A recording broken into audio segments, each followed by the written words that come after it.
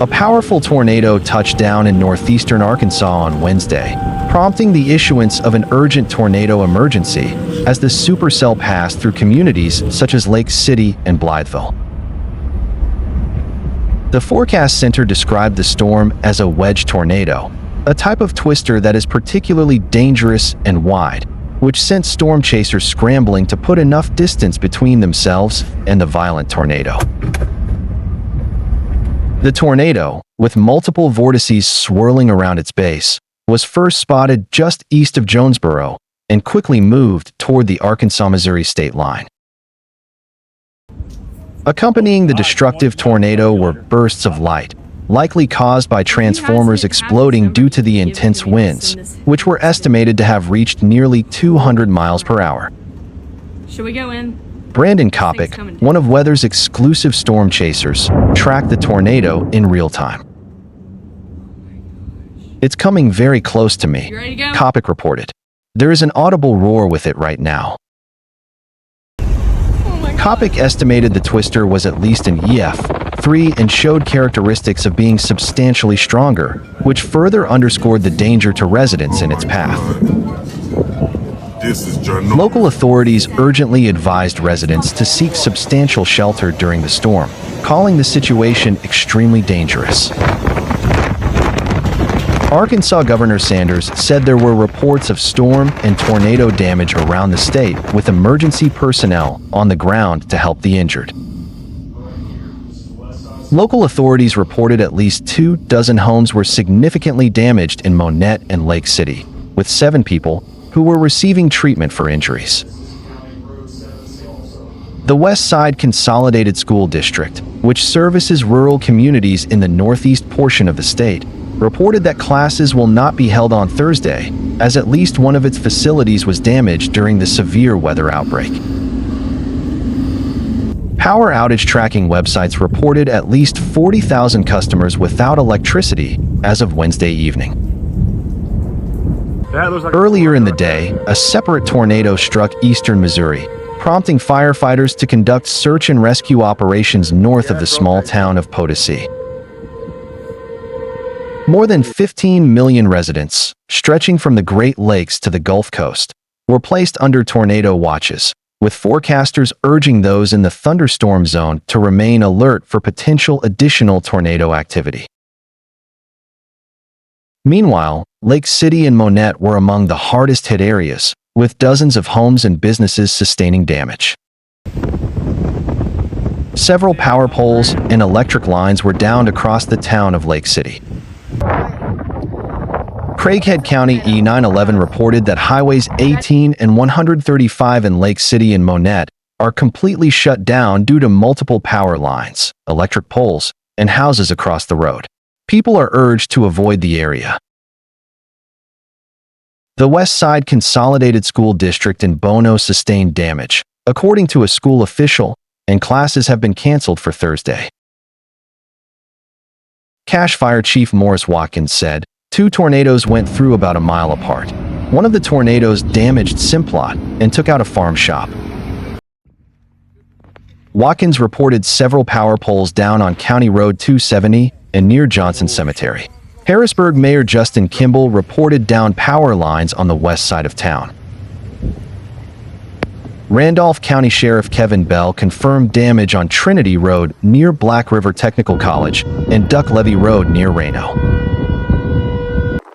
The Shannon and 304 area of Randolph County has also been hit again, with buildings south of town suffering major damage, including a church that lost its roof. A semi-truck was also reported to have flipped over on Highway 67 South. Damage has also been reported in Butler County, where a family's home between Fagus and Tulane was hit. These storms will continue to track east overnight and will deliver the threat of damaging winds, hail, and tornadoes to more of the Ohio and Tennessee valleys. Major cities from Nashville to Cleveland could be in their path. A few powerful storms could also develop very late tonight in parts of northern Texas, including the Dallas-Fort Worth metroplex. These storms could also unleash hail, damaging winds and If tornadoes. you guys have his number, you can give it to me and I'll send this. Flash flood warnings are in effect for more than 1.4 million people in parts of 6 states, as severe thunderstorms unleash torrential rain in the central U.S. Large portions of Arkansas are under flash flood warnings, as well as parts of Tennessee, including Memphis, Mississippi, Missouri, Kentucky, and Illinois. Crazy. Flooding will likely worsen and expand to new areas overnight as storms continue. Today is the start of a multi-day, potentially historic flood event for parts of the Mississippi and Ohio valleys. Oh, thank you, Jesus. A rare level 4 of 4 high risk of flooding rainfall is in place tomorrow for parts of Missouri, Arkansas, Tennessee, Kentucky, and Illinois, according to the Weather Prediction Center. A tornado watch is in effect for southeast Indiana, north central Kentucky, and west and central Ohio until 4 a.m. ET Thursday, according to the Storm Prediction Center. 10 million people are impacted by this watch, which includes Cincinnati, Columbus, and Cleveland. A line of intense thunderstorms over western Indiana is moving eastward into the watch area. It is expected to produce a few tornadoes, along with damaging wind gusts up to 75 miles per hour and large hail up to 1.5 inches in diameter. Currently, 23 million people are under tornado watches from Ohio to Texas. A dangerous storm came so close to the National Weather Service office in Paducah, Kentucky, that the forecasters there had to practice what they preach and shelter in place. Forecasters sheltered for about 15 minutes as a likely tornado passed just to the west.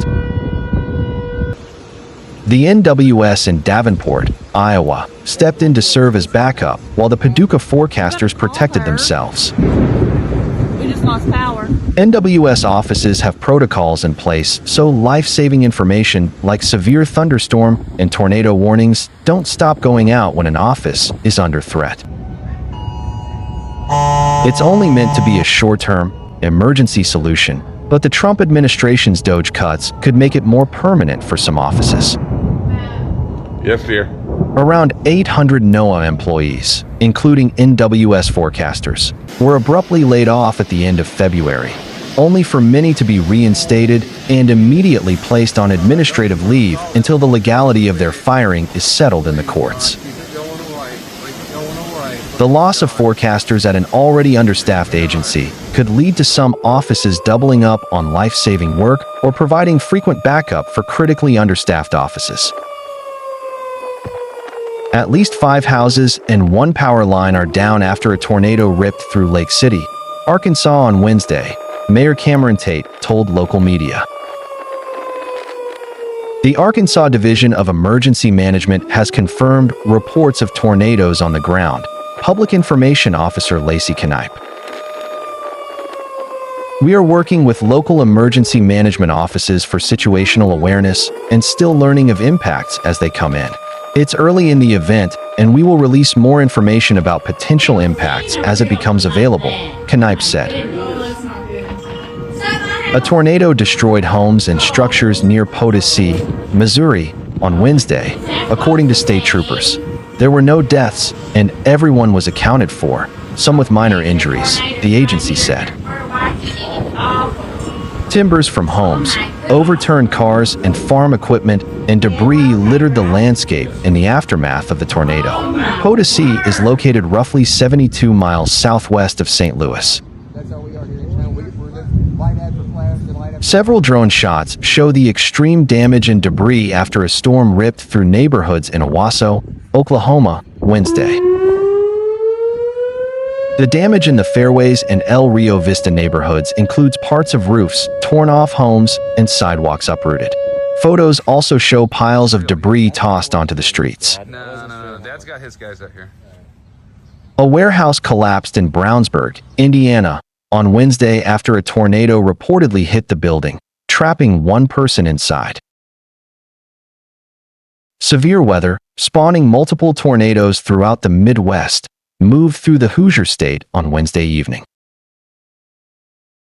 Just after 9 p.m., an alleged tornado touched down just west of the Indianapolis metro area, hitting the Sur La Table Warehouse in Brownsburg. Brownsburg PIO Jennifer Barrett told Fox Weather that the building received significant damage and left one person trapped inside. The storm was said to have left quite a bit of damage to the town, and crews were actively working to assess the area. The tornado-warned storm continued northeastward, crossing the highway and moving into northern Indianapolis and the Carmel area. Other reports indicated that a supposed tornado touched down in Carmel, damaging the west side of town. Severe weather will continue to move throughout the central U.S. late on Wednesday before threatening parts of the eastern U.S. on Thursday.